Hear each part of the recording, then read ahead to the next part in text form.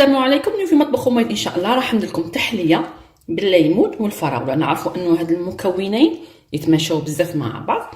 راهي كاينه الفراوله هنا، ماشي مهم تشري هذيك الفراوله الكبيره لانها شويه غاليه. انا شريت هذيك الصغيره لانه حين نقطعوها طراف صغار، يعني ما يهمناش الحبه تكون كبيره. اذا هنا قطعتها طراف صغار كما رانا نشوفوا.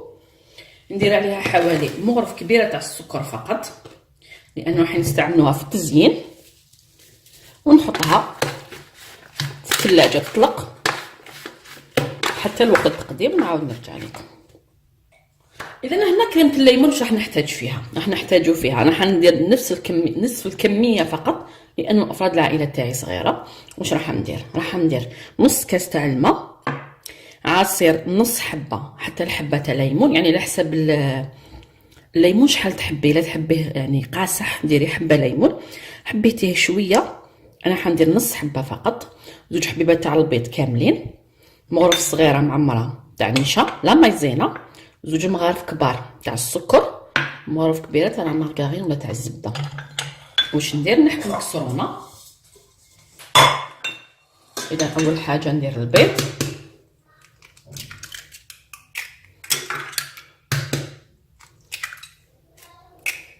ندير معاهم السكر، عفوا لا مايزينا والسكر مع بعض،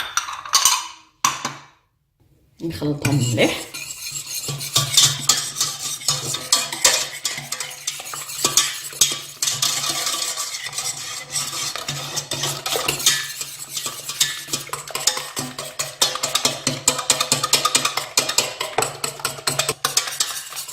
نزيد عليهم هذاك النص كاس تاع الماء،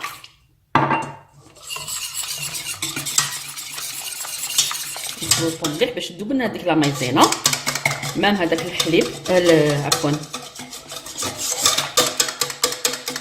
الماء. ونزيد عصير نصف حبه ليمون،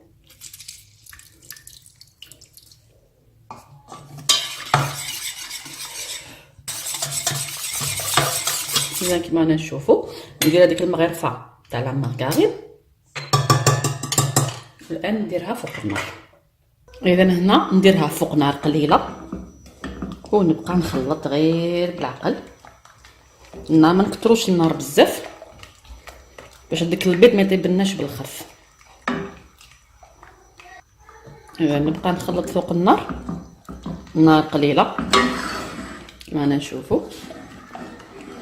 عسوها مليح الكريمه تاعنا باش تجينا شابه يعني.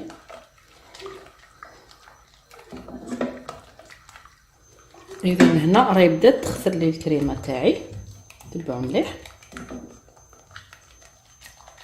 يعني ما نخلوش الخليط تاعنا يعني يبدا يغلي. نار قليله نبقى نخلط.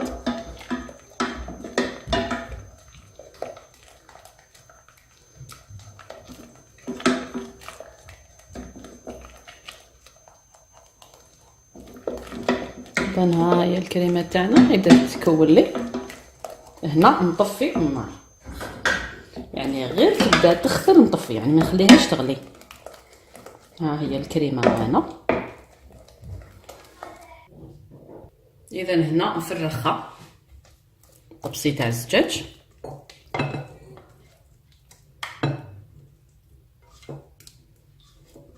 كما انا قلت لكم يعني درت نصف الكميه فقط. ها هي الكريمه معنا جاهزه.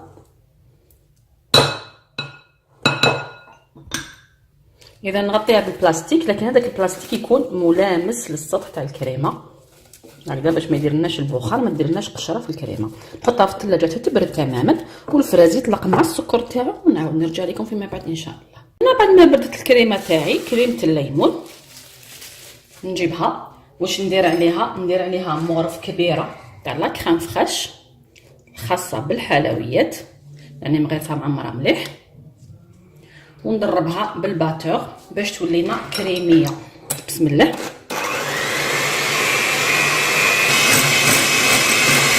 هنا فقط نبقى نخلط باش تطلع لنا ديك الكريمه. اذا هنا نحبس، ضربتها حوالي دقيقتين.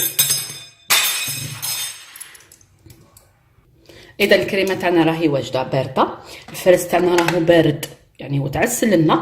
انا حنستعمل هادو ندير فيهم التحليه تاعي، وكل وحده فاش دير. هذه يعني درت كميه قليله فقط هكذا باش ما ناكلوش بزاف، يخافوا على صحتهم يديروا الريجي. لقمه فقط راح تكفيكم. اذا واش ندير؟ اول حاجه ندير الكريمه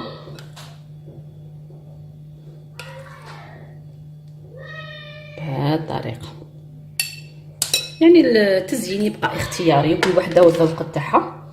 ندير شويه تاع الفرز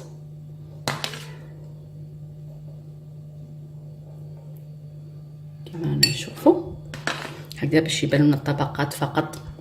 نزيد عليها الكريمه من الفوق، نغطي هذاك الفرز. شوفوا الكريمه شحال خفيفه، تجي بزاف بنينه، خاصه اللي يحبوا الليمون ويحبوا الفرز راح تعجبهم مع التحليه.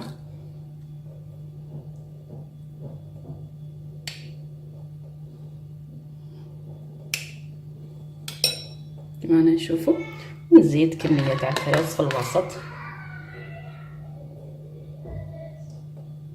بهذه الطريقه. يعني تزيين بسيط. حبيتوا تزيدوا دي غوزاس بلا شونتي تقدروا. راح نكمل نعمر ونعاود نرجع لكم. اذا التحليه تاع نهار اليوم ها هي امامنا واجده. شوفوا شحال يعني الكريمه بزاف خفيفه بزاف بنينه، خاصه مع الفرات كي تعسلوه.